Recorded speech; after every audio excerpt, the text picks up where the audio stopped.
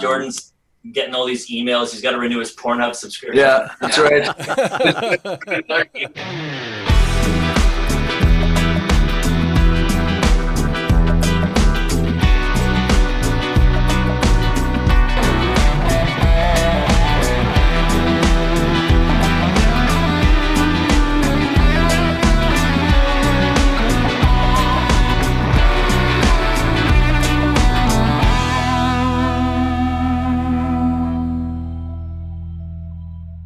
Okay, welcome to another episode of Holy Fuck, It's a Music Podcast. Joining us today is a band well and truly on the rise in the Saskatchewan music scene, Weapons.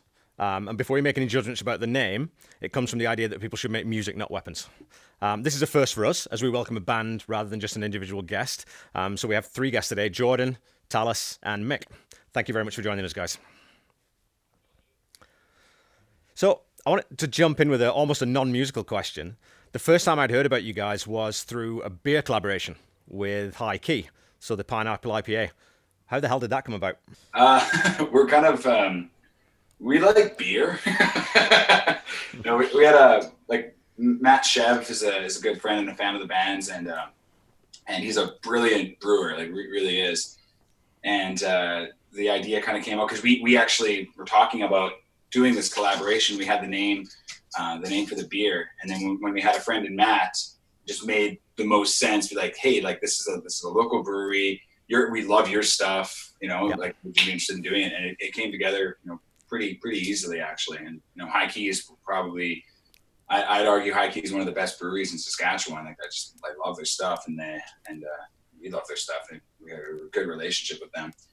But yeah, and we were fortunate that everything got to move ahead. It was actually kind of like a COVID fluke that it got canned, because initially it was supposed to be just like a seasonal thing. Yeah. And so they had the seasonal beer that because like High Key is relatively new at like canning. Like they've only been doing it for a few months. And so we had our beer was just kind of sitting there, like no place to taking kegs because there was no restaurants or bars open. And eventually it just got canned almost out of necessity. So it was like a really little COVID miracle. So did you guys get involved? Were you able to go in when the beer was actually being brewed and see that whole process and get? Yep. We threw the hops in. Oh, nice. Yeah. So I actually do a little bit of work with 21st Street Brewery, and Matt used to brew with Casey at 21st Street, and I know him from Paddockwood years ago, so I know Matt really well. So, Randy and I are big craft beer fans too. So, how did you guys meet and get together as a band?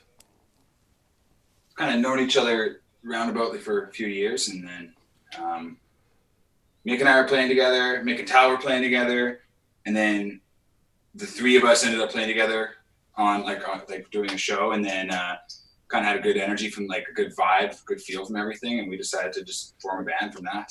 Happened Nice. pretty naturally. It was like, let's all do this. Cool. And why a three-piece? Did you consider bringing on a fourth or anything at any point, or? For like a small time, but then I don't know, just like the energy was working as three, and that's what it is. I think but we 3 8 minutes. Yeah, it ended up working out that way. I think we ended up booking shows right away, and it was like, okay, there's the three of us, and we just sort of went with that model just to get those shows done. And yeah, that's good. That's smart. I have a huge band, and it makes it really difficult to get everybody together and organize stuff. So that's smart thinking. Plus, you guys can tour in a minivan, right? Well, yeah. Our van's not so mini. We have an 81 Chevy camper van, like a conversion van. Oh yeah, Nice. It's awesome. Yeah, that's the reaction to everyone. If you could check out his Instagram account, his name is Jean-Claude Van Van. But yeah, and I think also musically, it kind of puts us, there's a lot more freedom, but also like a lot more responsibility. We all have a little bit more shit we have to do. Like you have to, and it's not that every three piece is like that or has to be like that. I think it's just like going for like the sound that we're going for. We kind of, I think we like to be conscious of how we're thickening things up and supporting one another musically, and like, just we're bringing out the full sound that we want. Yeah, and I think we learned that afterwards. It wasn't planned, it wasn't pre-planned or anything. It just this is the way it happened, and this is what it is. So yeah. Take it or leave it. Take it or leave it, yeah. And with three pieces, I mean, the rhythm section has to be nailed on, right? I mean, The Police is a good example of that, where the rhythm sections, it's everything. Because, Jordan, you as the singer and the guitarist, if these guys drop the ball, there's nowhere to hide. So I had a quick question about that, and Randy, I'll jump ahead to that. So we were speaking to Jay Semko, and he was saying that obviously with him being a bass player in the Northern Pikes, him and the drummer would practice relentlessly just on their own. And so do you guys, as the rhythm section, do you guys kind of spend a lot of time just working with each other to make sure that you know exactly how you're playing off each other during those songs? I don't think we've done that. We haven't done that yet. We usually get into a room, the three of us. Yeah. But we do communicate very well, and we definitely listen to each other. That's for sure. Yeah. Yeah.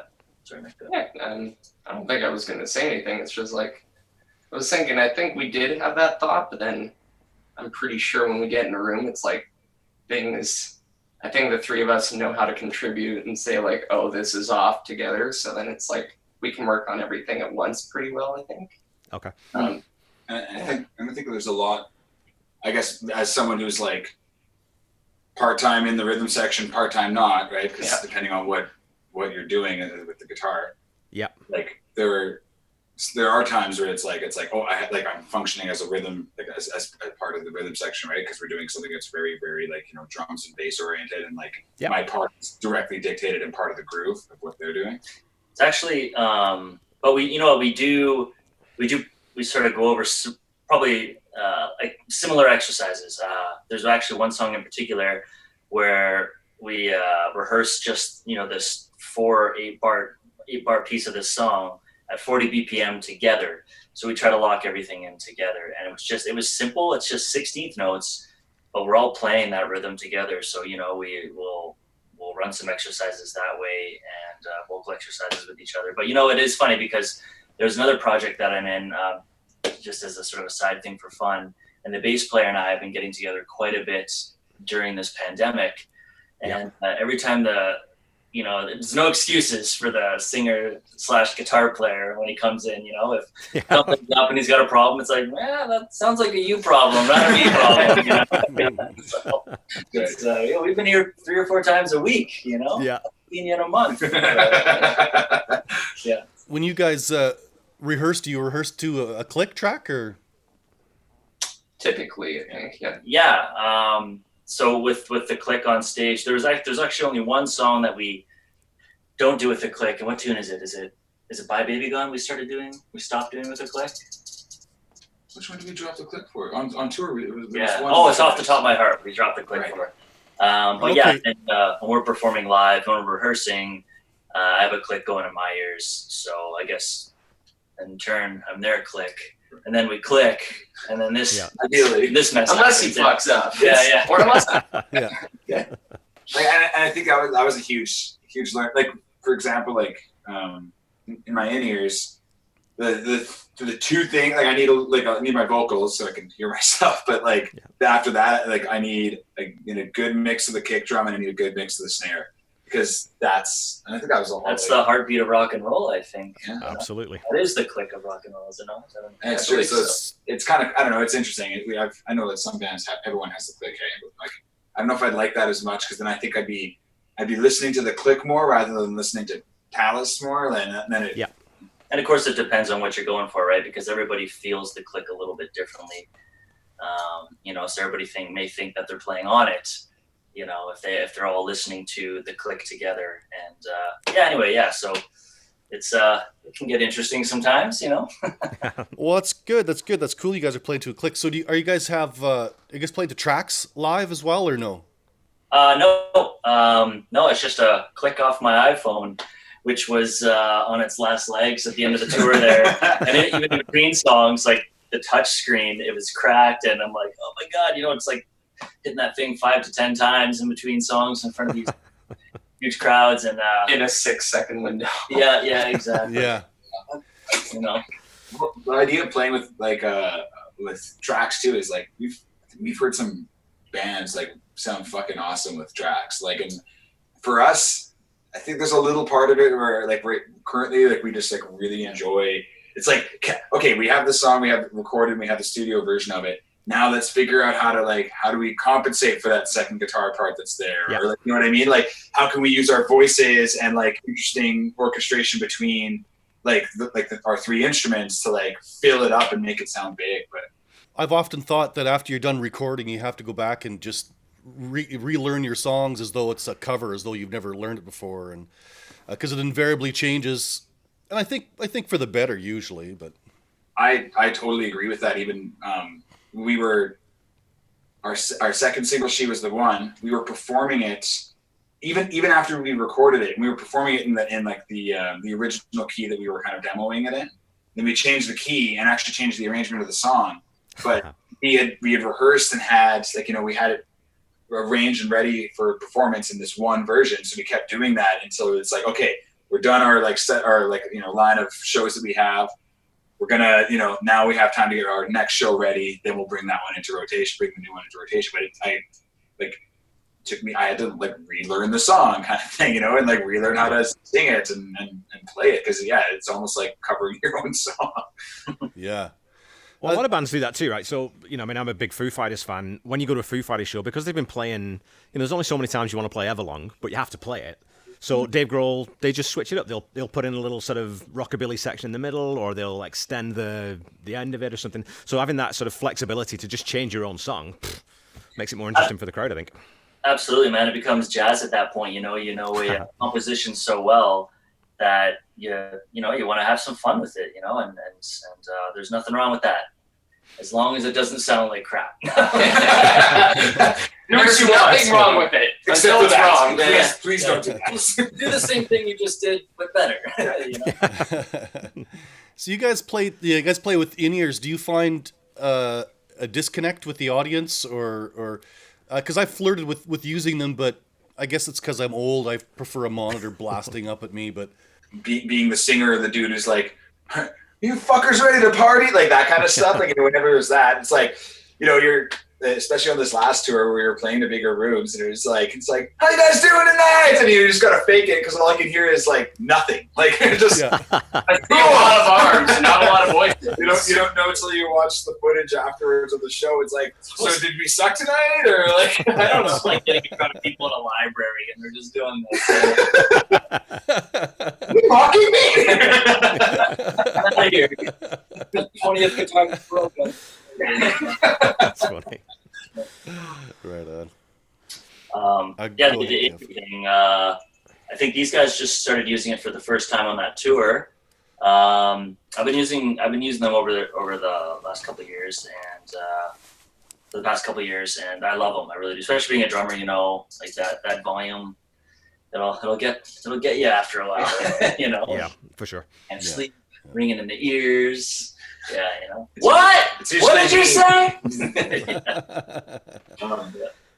And Randy also sorry, go ahead. No, go ahead. No, you finish. What I was going to say was, I found, because this is the first time that I've used them, like Tallus had said, and it made a huge difference for like just my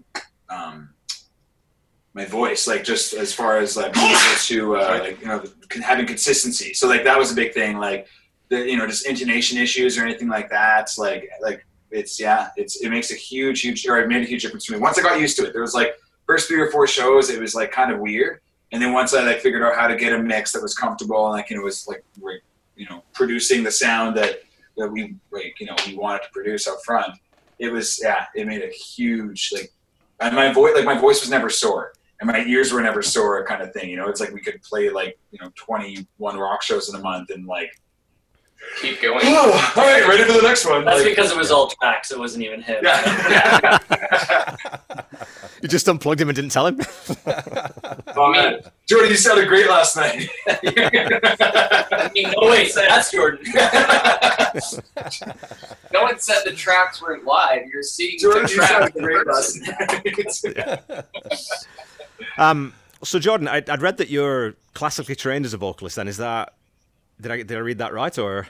Yeah, where do people keep finding that, by the way? Because that's come up before in articles. Where the fuck do people keep finding that bit of information? See, a good couple of articles. There's one on CBC and one on, I think maybe the Star Kleenex. So it was one of those two. Oh, sorry, Star Phoenix. Sorry. That's funny. They used to deliver those. Yeah. So what is that training then? How did that happen? So it was I used to I'd run up hills in like about like 3 feet of snow, and then Backwards. get down to the log cabin, and my vocal coach would have a large piece of beef that I like, he'd have me sing vowels into while I'm punching it, and and he'd punch me. It was music school. I was going to school to be a music teacher, and okay. Part of that program, they I guess the idea is that they want you to be able to, like, if you're going to be teaching people, you be able to perform as well. It's actually Randy, because you played with Adam Streisel, right? Yes. Yeah. Yeah, same program that Adam did, or I think at least. But okay. Yeah, it was basically that. Like, that was the extent of my classical training. I'd sang choirs and stuff when I was a kid, but that that schooling was, I don't know, it was really great because, like, I guess classically trained, but like to what extent? Like, I don't have my music degree. I didn't didn't finish it, but I did learn a lot. Like, there's definitely things where, like, there are things that I'm able to use from that while we're on the road that really make a huge difference with, like, just being able to sustain my voice and make sure that I'm not hurting myself and getting. With guitar, Jordan, when did you pick up a guitar first? What was your what was your first guitar? Maybe what was my first guitar? Yeah. Okay, so I was 15, I think. Yep. Yeah, I was 15-ish. Like, it was a mandatory class you had to take in school. Like, they have like your arts, like your general fine arts, I think is what it was called. So you did 1/3 of the semester in drama, 1/3 in music, and 1/3 in like just visual art. And so I picked up guitar, and I was just like, oh, I really like this. I just loved it. And then I think the following year, my great uncle Elmer, he bought me it was a Yamaha EG112. It was a Stratocaster style guitar. But I remember the name, Yamaha EG112, and it was he paid, I think, $125 for it. And it was the first thing, like, I got the guitar, I was like over the moon because I had an electric guitar and I could practice at home, and I didn't have to like cut class to go like hide in the guitar room and like practice in the little practice modules, which I still did anyway, but now I use my own guitar. It was, I remember I think it was the first night, or maybe like the first weekend, like I had the guitar for like 5 or 6 days. And I took apart every fucking screw in that guitar just because I'm like, I wonder how this works. And I took the whole thing apart, and I had all these screws in front of me, and I was just like, shit, I have no idea how to put this back together. Here's a piece of it here, here's a piece of it here. I ate it, yeah. Nice. He still finds screws in his pockets every now and again. It's crazy. Yeah, my screws are loose, to say the least.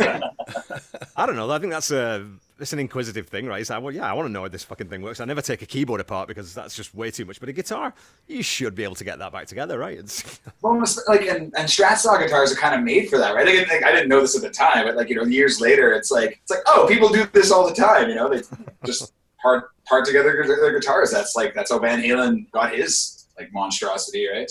So all the youth out there, when it comes to Lego, put your time in. When it comes to Connects, put your time in. Yep.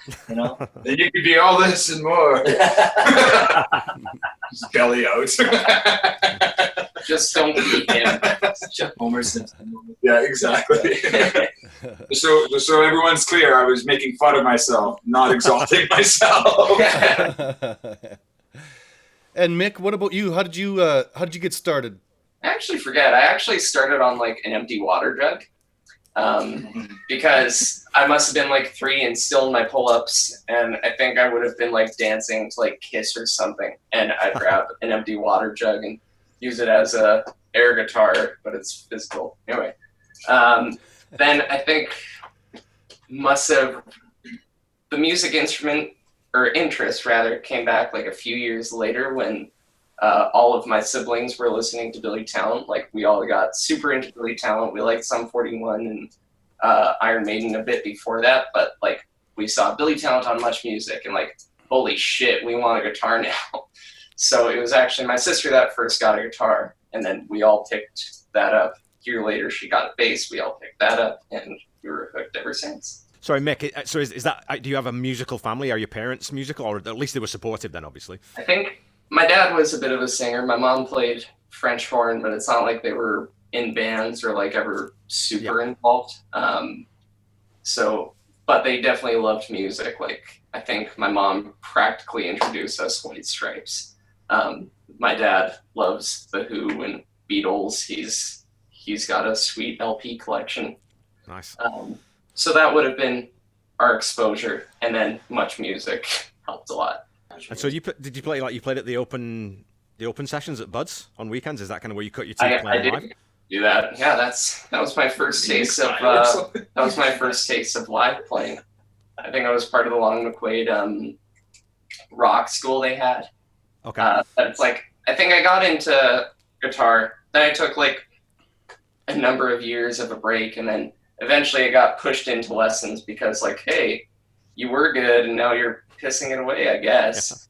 Yeah. And then got involved with rock school, and I think the recital was at Bud's, so that was my first taste of playing live. Little short curly haired kid, just barely knowing how to sing and play. That was my taste, is the point. That was him yesterday. That was me. Did that grab you? a week ago. Did that grab you right away, or was performing live, was that nervy, or did you really just love it right from the get-go? Or I think it happened pretty quickly. Like, after that recital, we ended up going every week, and then that's also where my sister met her now husband. Like, I think it was like the same day. It was just a weird twist of fate that, like, started there and then kept coming back, and yeah, here I am. Where you met your husbands. Where I met my husband. That is actually how we got rekindled, Jordan and I, because we used to go to the same church together, and then I guess we both were kind of going to Bud's, and then, like, my mom pointed out, hey, that's the guy that used to come out to our house, and oh, okay, cool. Started playing from there, but we got rekindled at Bud's. And I think it was actually because it was somewhat through Bud's, but I think that, like, the specific night that we re-met was actually at Vangelis. It was a Sunday night, if I remember correctly. I guess I don't remember. Yeah. That's a half a block away. It's fine. Apparently this has turned into a Tinder date or something. Love is blind, obviously. Yeah, you're definitely the third wheel here, Tallus, I think, at the moment, eh? So I was going to ask you, Tallus, too. So with Weapons, and obviously I don't know the other bands you played in, but it's a very, you're sitting in the pocket playing and you're really just holding this together. It's almost got that sort of Phil Rudd AC/DC vibe. So I just wanted to ask you about who your influences are as a drummer, and especially with this band. Oh, a lot of my influences are, oh man, Abe Cunningham from the Deftones. Love his drumming. Love that band. Dave Grohl, of course. Anything he seems to do sounds great. Yeah. Danny Carey from Tool. And then you've got, like, those virtuosos. Like the master drummers that are like Dave Weckl and all those guys. Like Vinny Colaiuta. I listen to a lot of those guys. But when it comes to playing rock and roll, of course, I listen to guys like Daniel Adair from Nickleback. Everybody hates Nickleback, but that guy is the rock drummer. And yeah, Phil Rudd, man, like he designed rock drumming, it seems, like, and with this band, yeah, it's like, I like hearing what these guys have to do. I really don't mind sitting in the pocket. I actually prefer it. And I'll actually come up with just like pretty simple grooves, send them along to these guys on my phone or whatever. And the things that they send back to me are just awesome. Just try to leave a lot of space, and I think so far so good. You don't want a drummer doing too much, right? Especially when the songs you're writing now, Jordan, or do you write all together actually? Yeah, we do. Yeah. You don't want to, especially as a drummer too. You want to complement the vocals, man. Once there's vocals there, you got to really chill out and just make it feel good. Keep it simple, good, right? So. Well, serve the song, I think, is what people always say, right? And I know that with Weapons, obviously, it's very, and I say this, radio friendly in a good way. And if you were doing too much, if you Mick was playing these Rush style bass lines and you were playing all over top of it, it just wouldn't work. The song would get lost in that. Mm-hmm. So is that a conscious thing of being sort of how much can we take out? I've heard bands talk about that before. Is if we can take out as much as we can without losing the song, then we've got it stripped down to its basic sort of elements, right? The art of subtraction, right? So it's actually, I find that when you're younger, you want to play so many notes, you want to play fast, you want to be. I think so. I was that way. Yeah. And then as you get older, you really appreciate like the like simple playing and how tight some people can just play something simple or how well they can play. I remember actually being on the Theory tour. There's this one song every night, Dave Brenner, the guitar player, and it's a simple like 4 or 5 note riff, dun, dun, dun, dun, dun, 1, 2, 3, 4, and the chorus. And he's not really doing much during the verse, but how well he played that, how tight, his dynamics were perfect. I looked forward to that every night, just that one part, because it was just, he really committed to that part, And how did that come about, that tour with Theory of Dead Man? Luck. There's this place we buy our lottery tickets at, and how did it come about? Spent a lot of time sitting on horseshoes. Essentially, that tour, we were offered that tour from Theory's agent, based off of the success we had with Off the Top of My Heart. That had kind of gotten us a conversation with him. Like he was like, hey, essentially just sent us a cold call of like, hey, we should connect sometime. Also, I'm the CEO. Yeah. Yeah.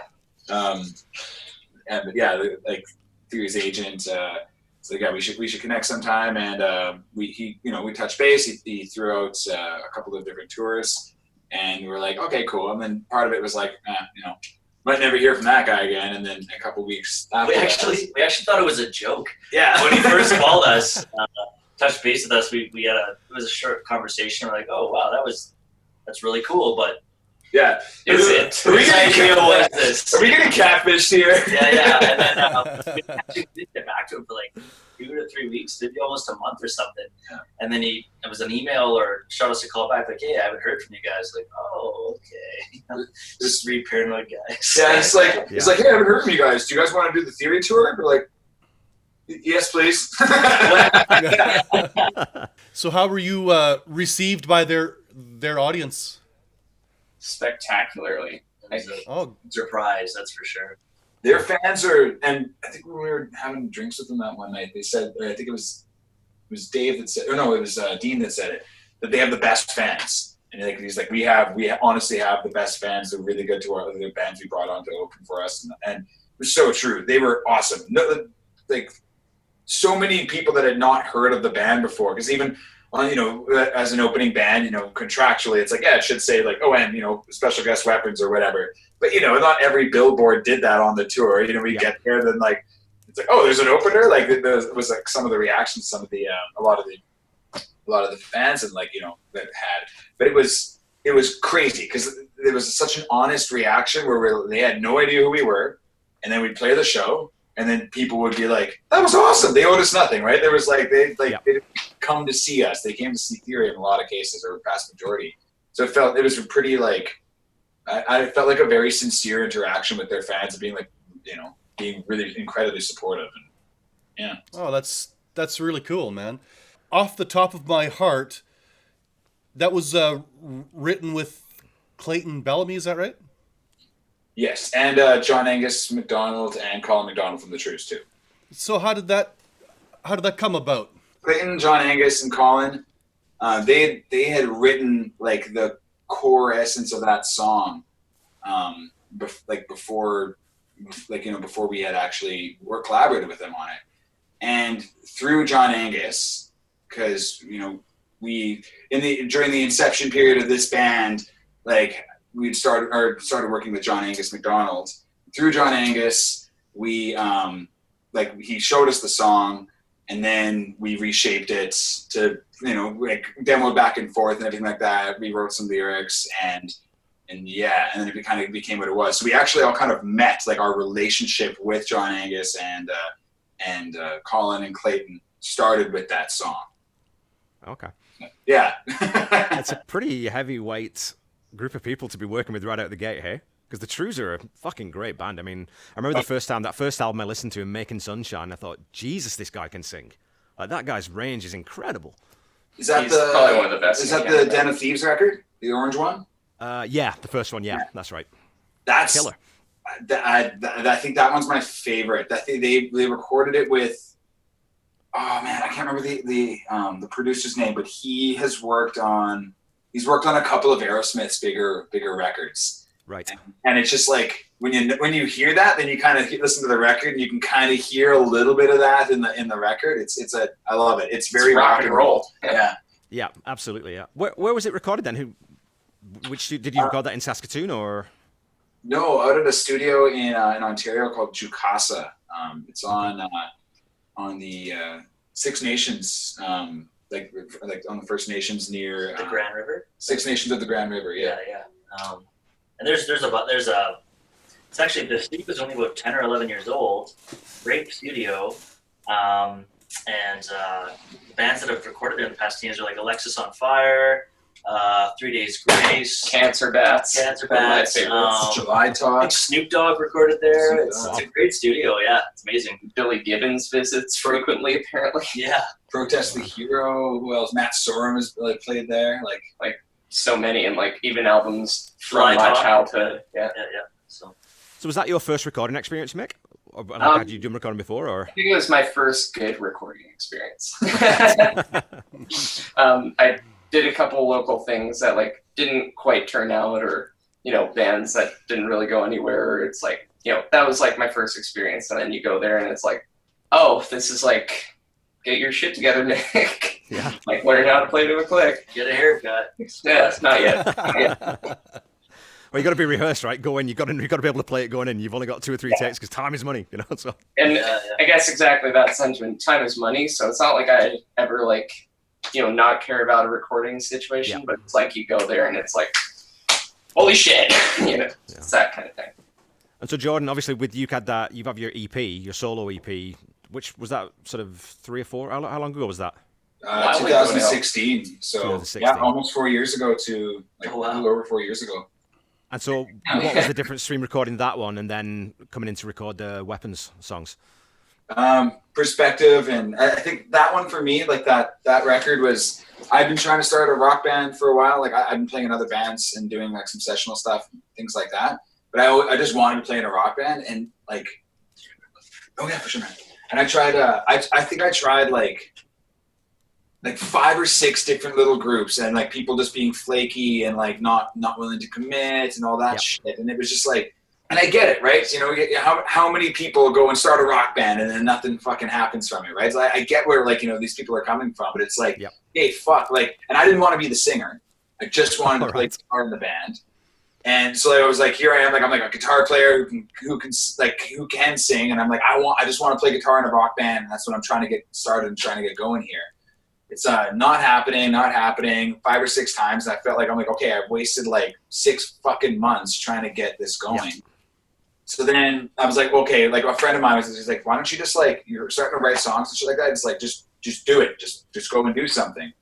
But I didn't want to like perform under, like if it was going to be me and then like a constant, like, I was just hiring people to kind of play. I didn't want to go under like an artist name or something like that. It wasn't a thing. And it felt weird being like, it's like, oh, this band is like, Meat Wolf.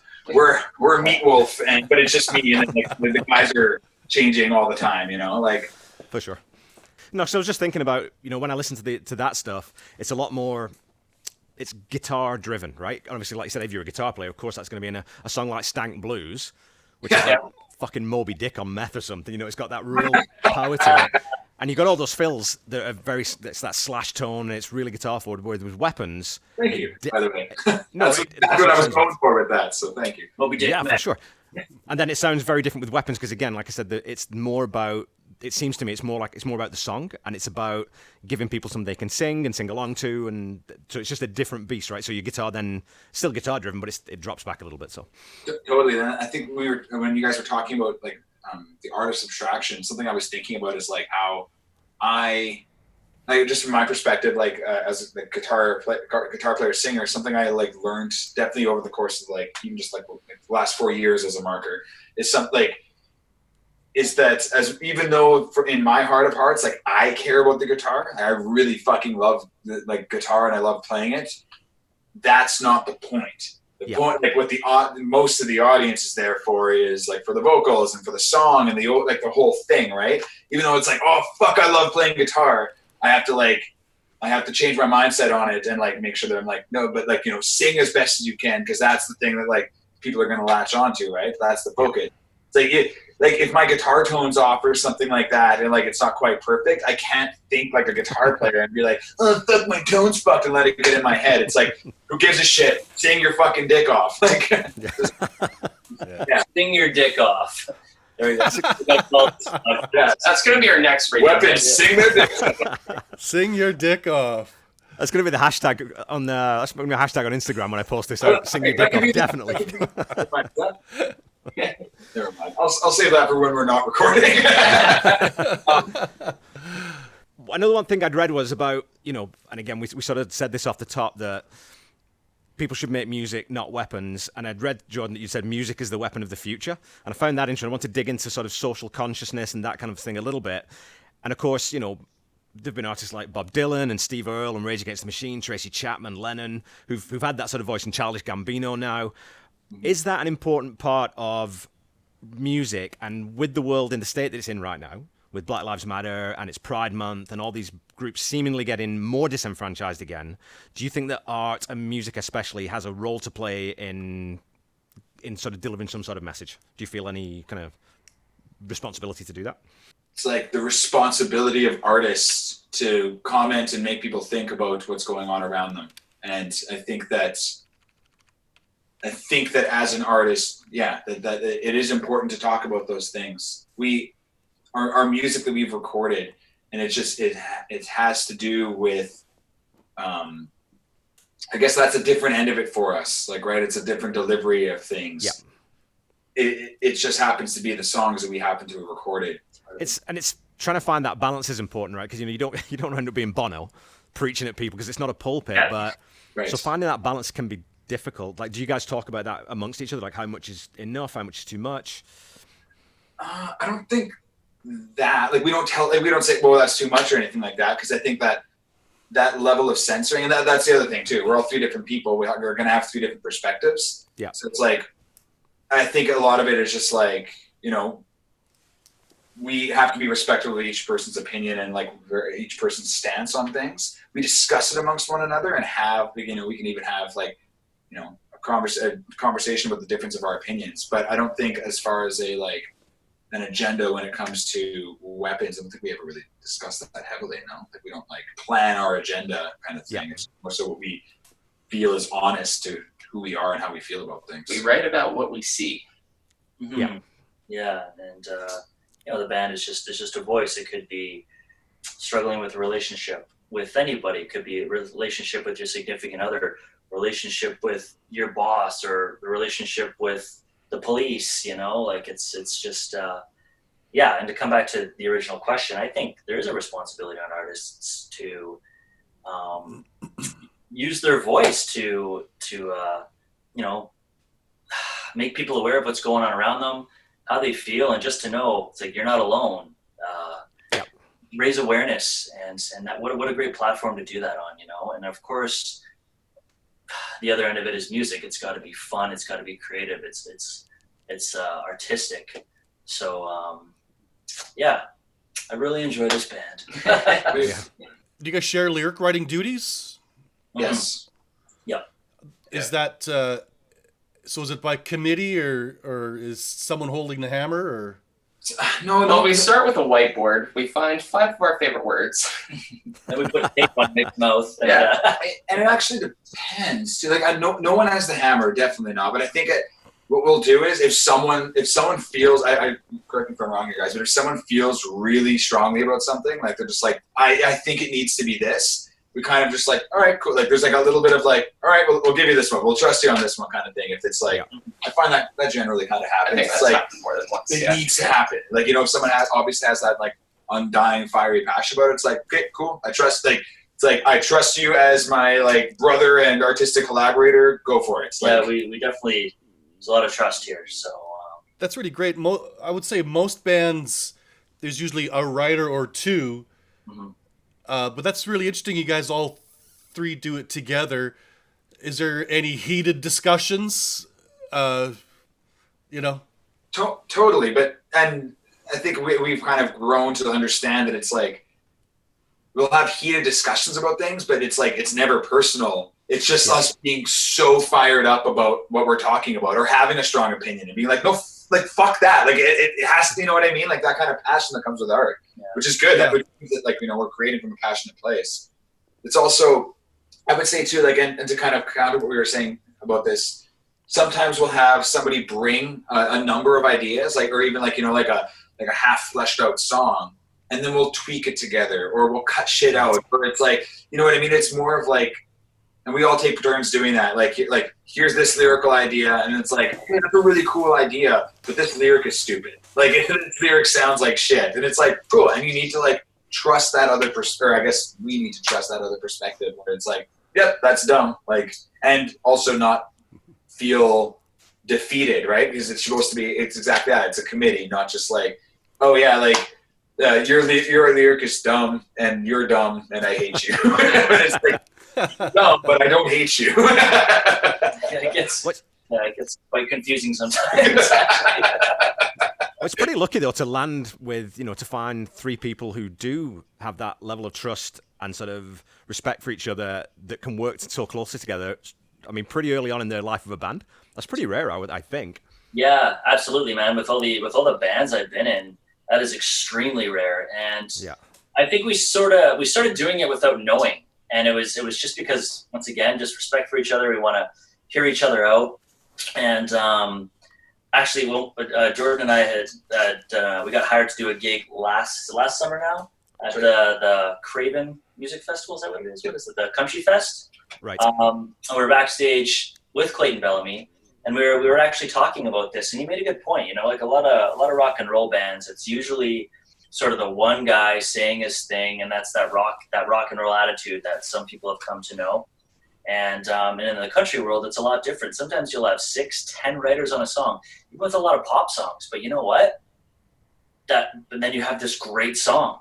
And once again, that's where it comes down to with us. With some of our songs, there's maybe 6 writers on it, you know, and I'd like to expand that to 16 maybe. I don't know. But what are you guys doing later, you know?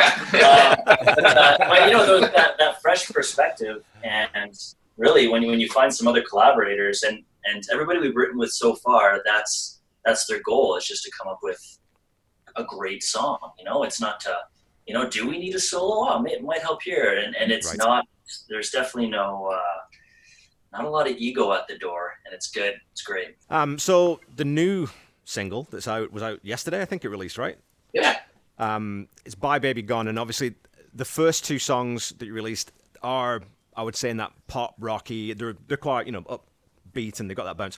This one, like when that guitar riff came in, I was like, ooh, this is heavy. Like, this got a big fucking audio slave, meaty kind of thing to it.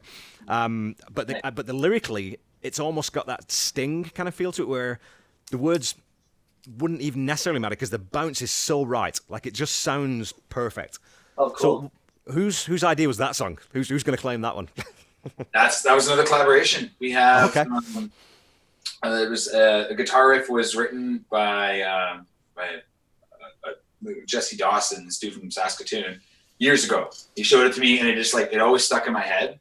Okay. And then like later on, I was like, hey guys, like, what if we did this? Immediately came up with this idea for a version of the song that used that. And then we actually took that version of the song and we further collaborated with, like, we brought to John Angus and Colin.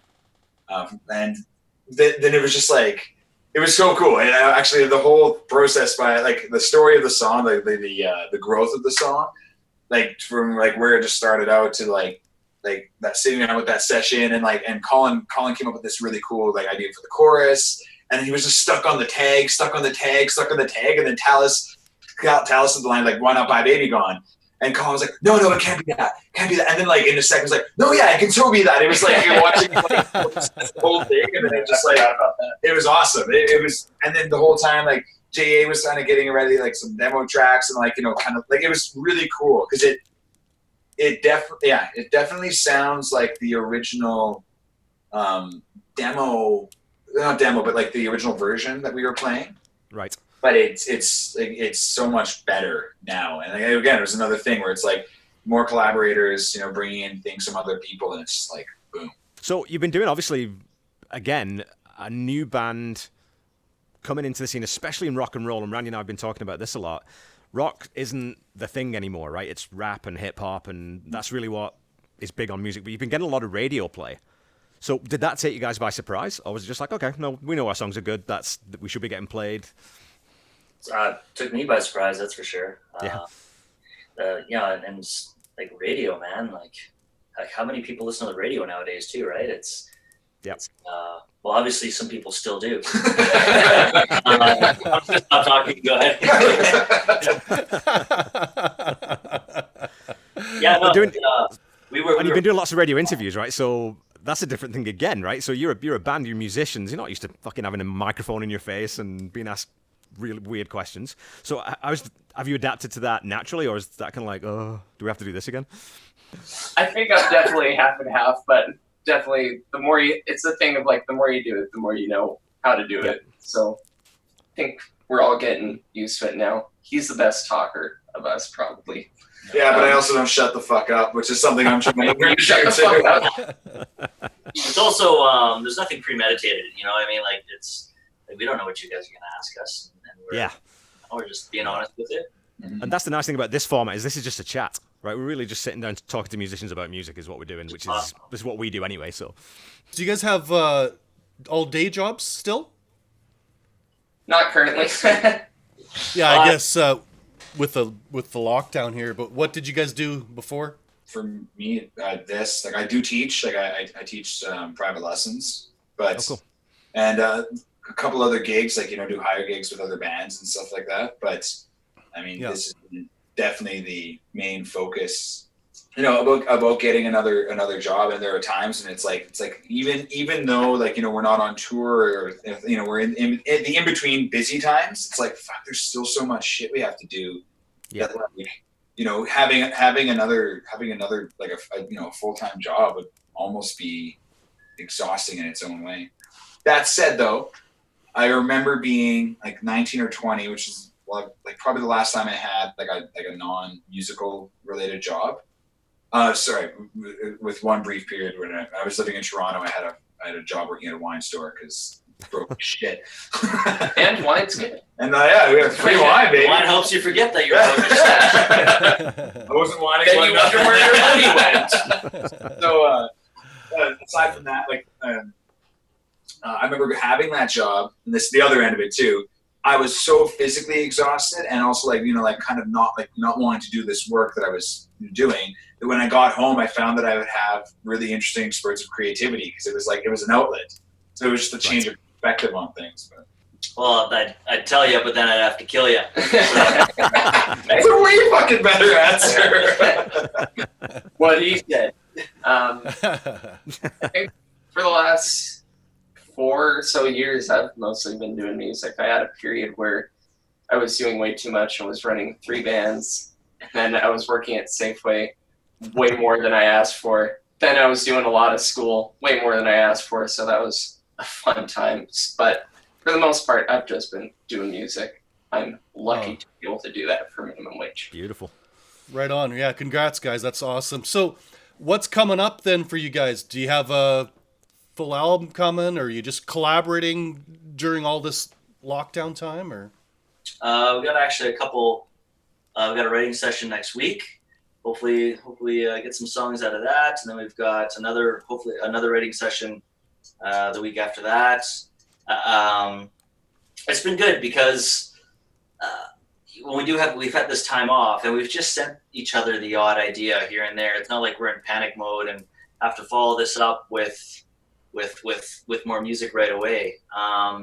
It's been pretty chill, but yeah, I'm looking forward to getting and into the writing mode here with some other songwriters in a bit, and yeah, it's been. I think the tour was a lot of driving. It was nuts. We needed a bit of a break after that. Yeah. Yeah, not to say that the whole world needed a break after that, but we did this tour for you. You should have a break.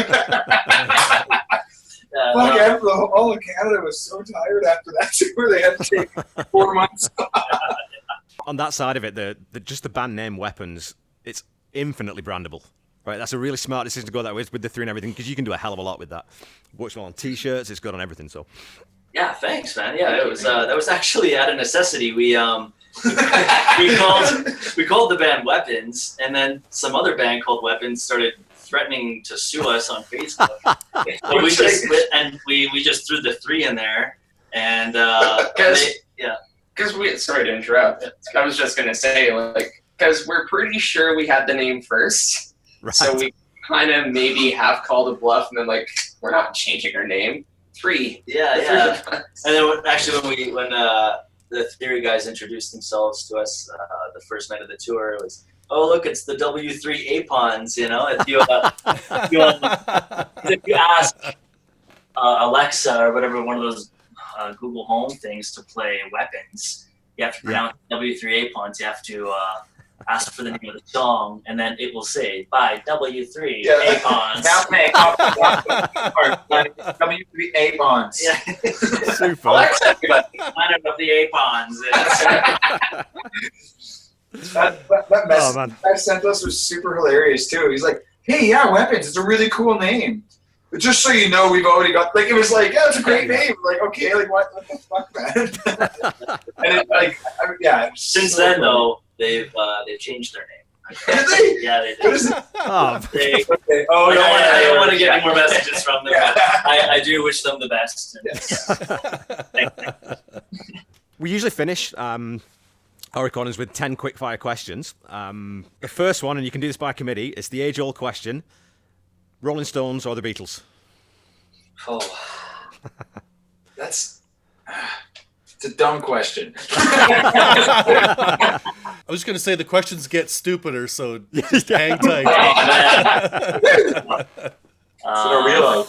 To me, the Stones, they're rock and roll. They're totally the ancestors of that in a way. Or they're the first guys to get that derivative of blues going. They definitely had that, but then it's Beatles were music as a whole. They just included so many different sounds. Second question is, do you have a favorite song to play live? My Baby Gone's really fun to play.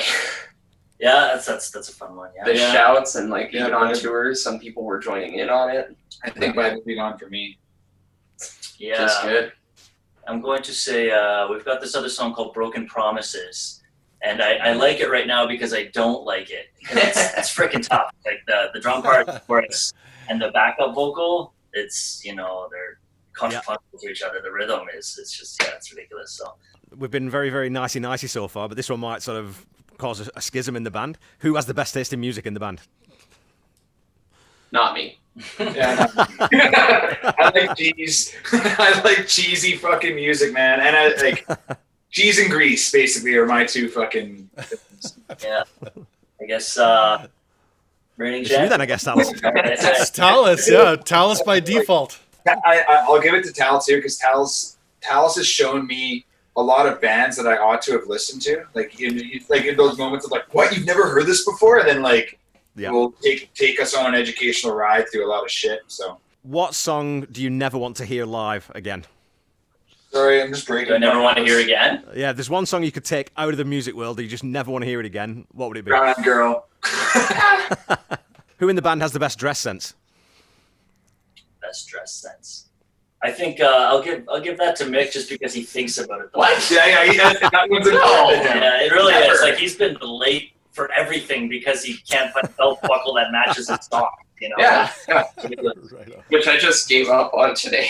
So, I was 5 minutes late. Yeah. You got to look sharp on stage, though, right? Yeah, I don't know. I've like worn the same outfit, like, and I even slept in it sometimes on tour. I wore the exact same outfit for every single show on tour. It's his birthday suit. until I blew the dick out of my pants at a show.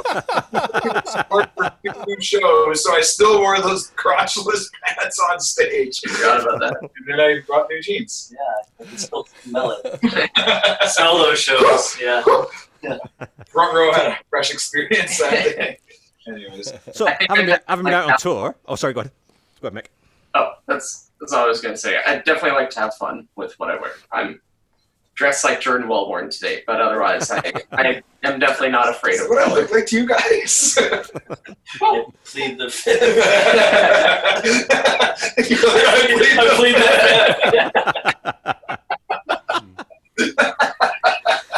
fifth. So, Yeah. having been out on tour now, what's the most important thing on your rider? Strawberry bubblies. I was gonna say. Strawberry bubblies, yeah, absolutely. Actually, or vegetable trays. Veggie trays. Yeah. Veggie trays are a big thing for us. We demolish those. That was the one, like, I guess weird thing I put on the rider, was just I asked for like 4 to 6 local craft beer, because I just like, Oh, nice. if the option was there, I just wanted to try something from each place. Which is, it's a way of getting a little taste of the city. Absolutely. Or big taste. That of the was city. his sightseeing, yeah. Yeah. Wasn't seeing much by the end of it. What's the best gig you guys have ever played? What was the one that was like, when you came off stage and thought, holy fuck, that was just unreal? I liked Grand Prairie a lot. Montreal, really maybe good too. Mm, Montreal. yeah. Montreal was awesome. I don't even remember the Montreal show. I just remember like being like, holy fuck, we crushed it. Like, I remember feeling that. Yeah. We were a well-oiled machine by that show. Yeah. And crowd response was just great. Yeah, it was enormous. That's good. Cool. That's my favorite show for sure. Grand Prairie was pretty nuts too. They were insane at that show. Yeah, it's a party town. That town. They like rock and roll. Yeah. Yeah. That was a good one too. That's a second for me. Yeah, Grand Prairie. Once you guys got to conquer the world and people are opening up for you, who would be your dream opening act? Who would we want to open for us? Yeah. I heard Carly Rae Jepsen came out with some new music. Check her out. Does she have radio? Yeah. Wouldn't it be fucking funny if Carly Rae Jepsen came out with a metal album and just blew everyone away? That would be. Honestly, I'd love it. Yeah. That's the thing. It's like, if it's good, fucking A, like, do it. People hate on that song with Bruno Mars. Slow. Yeah. But it's a rock song. It doesn't matter who's playing it. It's the energy that's there, and that song is definitely rock and roll. This is probably going to get a bunch of hate comments now, but I stand by that. No, we've talked about that with the people, that idea of sort of guilty pleasures, and it's bullshit. If you like music, if you like it, and you should just enjoy it, Who is the most likely to quit the band over artistic differences? Now, that might not apply because you guys are tight and you've already said that you really like each other, but who would be the one who's going to storm out in a fit? The keyboard player that we hired. Yeah. The guitarist. Yeah, that's right. So last question, and it's sort of the opposite to the other opening act. If you could open for anyone and go on tour with anybody, who would you pick? I'm definitely a fan of Billy Talent. They're the reason why I'm here, a broke musician, and not knowing what I'm doing with my life. Like, I liked music before, but they're the ones that made me pick up the strings. I'd feel fulfilled if I got to open for them. That would be so cool. I'm a huge Guns N' Roses fan. I fucking love Guns N' Roses, but like, I love Guns N' Roses from like 1987. Yeah. Like those greasy shitbags. Just like that. Like, I love that attitude and that kind of, like, they were, to me, more of a band back then. But the Foo Fighters, I think, would have to be the one, because the modern incarnation of GNR just isn't, I don't know, as fucking cool as that would be. I'm not like, GNR offered us a tour. It's like, oh man, sorry, you guys had your chance, fucking 33 years ago. I wasn't born yet. Yeah. Well, from a geeky musical perspective, which it'll never happen, but I would love to open, obviously, for a band like Tool, because that's just amazing. Well, I don't think it'll happen with this project, but I think I went, yeah, everybody's gonna hate me for it, but I'd like to go on tour with Nickleback. I think that'd be awesome. I think it'd be a good fit for this band, actually, and be a perfect fit for this band. Yeah. So that's I actually the Nickleback thing is I know that they have good catering backstage. If you watch that, for me it's about the catering. I remember when I got backstage passes to Stone Temple Pilots, and which was awesome because I got to meet the band before they weren't that original lineup. But I remember for the first couple songs, I was backstage picking up their catering, and they had everything. It was beautiful. Yeah. So you're fired from backstage. I've really enjoyed listening to your stuff so far, and I'm looking forward to new music coming out because it's right in that sweet spot for me of being heavy enough, but it's melodic as well. So it's good stuff. Oh, yeah, guys. Yeah, thank you. My Baby Gone is a better representative of our actual live sound, our actual energy, and whatever. We like all music, but it's like that song represents like what we grow up on, what made us play. Yeah, like I think that's a part of why we're really stoked about this particular release, because it's like this is just it's a rock song the way that we like to play rock and roll, and it like even the way the band sounds live. I think that's kind of what Mick was alluding to. It's like we have those two songs. She Was the One off the top of my heart, but you put them in the context of what our live show sounds like. It is a little bit. It's I would say closer to where My Baby Gone sits as far as the overall heaviness or lightness of the set. Thanks for listening, music lovers. We'll include links in the episode notes to Weapons, social media presence, and releases. We'll also link to Jordan's EP and a whole bunch of other songs and artists we talked about in today's episode. Don't forget to check us out on Instagram, Facebook, and Twitter at HFIAM Podcast. It rolls off the tongue. We post regularly to keep you enlightened and entertained. Thanks for watching.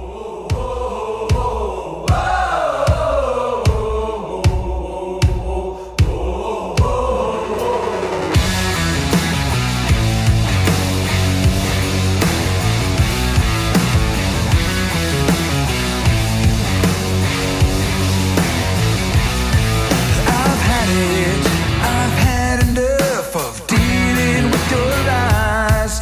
I've had it. Do I understand what's going through your mind? How could I? How could I? How could I? I've been away for so long, it's coming along. You're coming undone, my baby gone. I've been away for so long, it's coming along. You're coming undone, my baby gone. I've been away for so long, it's coming along. You're coming undone, my baby gone.